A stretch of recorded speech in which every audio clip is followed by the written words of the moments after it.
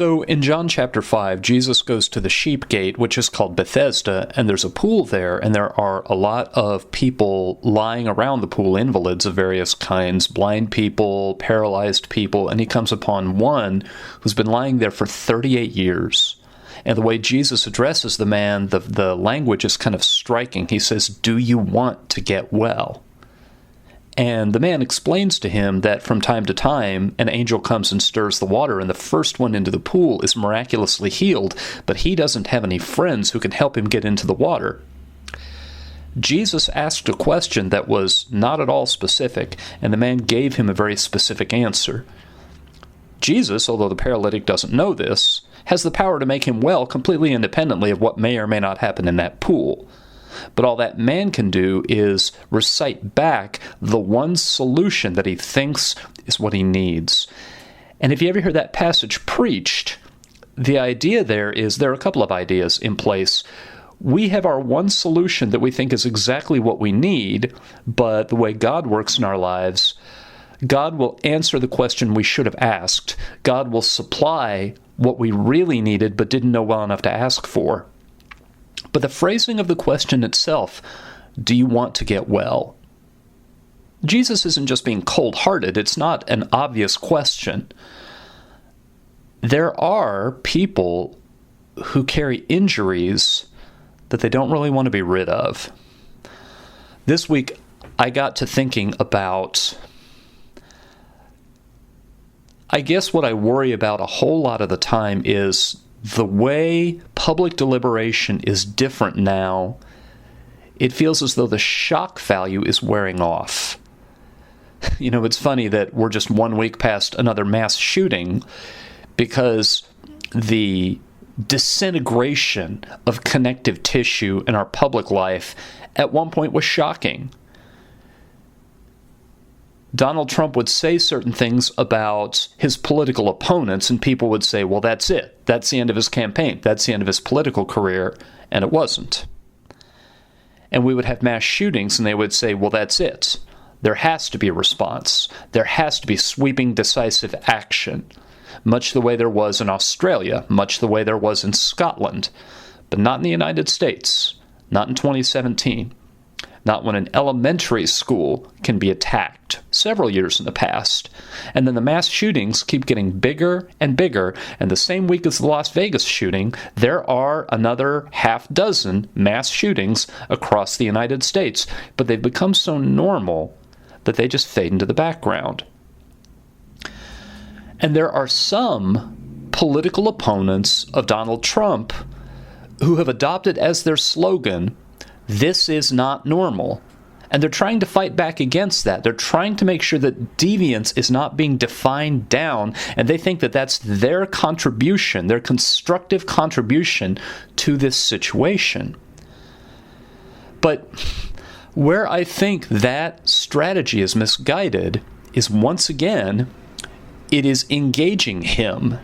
It is attacking him.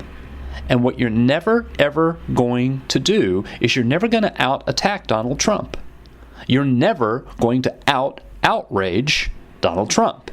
He can always escalate further than you can. I have been reluctant for a long time to bring this in, but I am going to reveal some of my sort of 1980s geek bona fides. I was a comic book fan from the time I started grade school until about the time I graduated high school, and I let go of comic books about then. But in particular, I was a fan of the X-Men. And they had a bad guy. They had a villain that they fought against. He was one of the leaders of a group called the Hellfire Club. And there really was a Hellfire Club, and Ben Franklin apparently was affiliated with it. But this leader of the Hellfire Club, his supervillain name he was the Black King, because they named themselves after chess pieces. He was the Black King. And of course he was a mutant, because everybody else in the X-Men, they were also mutants. They were human beings who their DNA had been scrambled, typically by exposure to radiation in the world after Hiroshima and Nagasaki, and therefore they'd been born with these abilities far beyond what normal human beings had. So the Black King, I think his name was Sebastian Shaw, that just came bubbling up in my memory. His power was the harder you hit him, the stronger he became. The more kinetic energy you gave him, he could absorb and redirect that kinetic energy. And that is who Trump is. And over again, when Sebastian Shaw came into the story, if you tried to punch him, you were just sowing the seeds of your own defeat, because he would take all the strength behind the punch and give it back. And so they had to find really ingenious ways to make him less effective without confronting him head on. And one of the superheroes was a woman named Storm, and she controlled everything connected with the weather. And so what she did is she just surrounded him with cold and made it so very cold that he was shivering, and the cold sapped his strength. And what we have not, I think, figured out how to do, and I don't know how many times we need to repeat the lesson before the light bulb goes on, we don't need to attack Donald Trump again, because attacking him is playing his game. You're never going to out-hate Hitler. You just can't do it. And you're never going to out-attack Trump. He's better at it than you are. And when we say this is not normal, once again, we're caught up in that same cycle. We're attacking. The other thing about that is the entire block of Trump voters, that's exactly what they like about him, that he's not normal. What they like about him is that he has opted out. They've opted out as well. So the fact that he is violating norms, that's his selling point. That's not a bug, that's a feature. And the heartbreaking thing about that is, understood properly, he is normal. He's depressingly normal. We've seen this movie before. He tells a story, or at least he did during the presidential campaign, that he was transgressive, that he was going to drain the swamp, that he didn't take contributions from anybody, that you shouldn't vote for Hillary Clinton because of her ties to Goldman Sachs. And then you look at all the people that he brought into his administration. It's the oldest story in the world. He's a populist reformer. He's an outsider.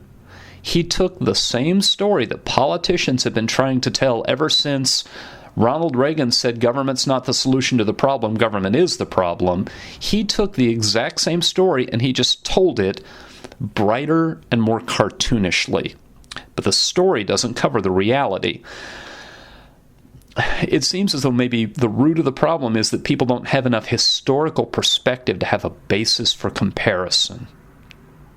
But if you've ever been involved in any kind of organized activity that Hollywood tried to make a movie about, and you've seen how many details they get wrong, and you are embarrassed and annoyed that people are going to see that film who are not insiders to the organized activity, and they'll think that's the way it really is. It may be a sport that you play. It may be a profession that you've worked in, a job you've done. I think I've mentioned before in previous episodes that when I was in school and in college, I was a competitive debater, and there was this awful movie made years ago called Listen to Me that was about college debaters, and we would get together and watch it and just howl with laughter because they got everything wrong. But we also knew that people who had never ever competed, never participated in debate, they would see the movie and think that was what it was like. And it feels sometimes like that's what's going on with Donald Trump and his voters. That they are the ones who they're convinced that the story he tells, that that's really what it's like. Because they're watching a movie. And because they are enough removed, they are enough left out, that there are not telltales that this story he's telling is not accurate. So Jesus asked the paralytic, "Do you want to be well?" And I think today, the question I have for a whole lot of people who supported Donald Trump, I know they feel dislocated. I know they feel cheated. But I just want to say, do you want to be well? Or does nursing your grievance somehow satisfy you and keep you going?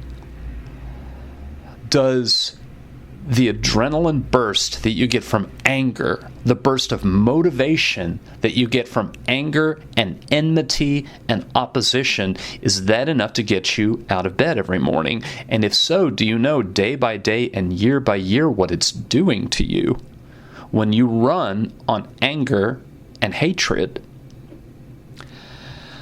I think sometimes that there must be some underlying common pathology of communication and interpretation that spans the difference between addiction and cults. And I think you could define an addiction and a cult as an ongoing hurt that you don't want to get rid of. An ongoing hurt that you wrap right up next to yourself with a web of decisions and rationalizations and interpretations that are self-defeating, and eventually it grows into your life like a tree and a poisonous vine all twined up together. And then that gets me to thinking about campaigns in the past, public health campaigns that have been aimed at helping particular communities, often ethnic communities, sometimes just socioeconomic communities, but to get them to turn loose of common addictions. Can you cut down tobacco usage in a particular community? Can you change eating habits? Can you help groups that have a tradition of eating a certain way make adjustments to where they still eat in the way that unites them by their common tradition, but they also just prepare the food in a more healthy fashion? And I think, is there a way that engagement with the community, not pulling back, not wrapping yourself in your shared loyalty that is all aimed at opposition to those enemies over there, but genuine engagement in the community, could we call that a facet of health? And for all I know, I think this is most likely true. Someone's made that connection already, and there is an area of public health somewhere that deals with, can you talk to your neighbors?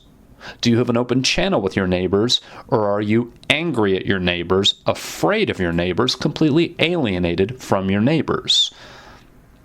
If we could think of that as a public health problem, then maybe that would give us a way to sidestep the old mistakes, maybe a way to break out of and reframe this homeostatic system of extreme polarization.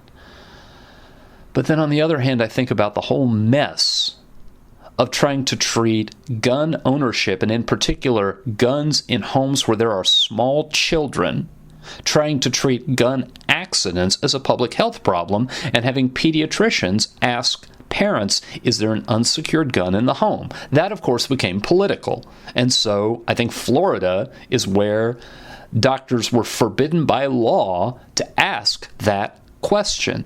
So you can't treat something that really is a safety issue. You can't have that conversation because someone's afraid, or someone has been able to say convincingly in the public arena that that is a partisan move, and that's a precursor toward those insidious gun restrictions that are always somehow right around the corner.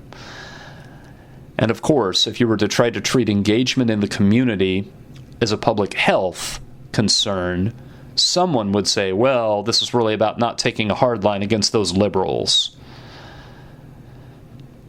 So it's a pattern that in some ways sustains itself.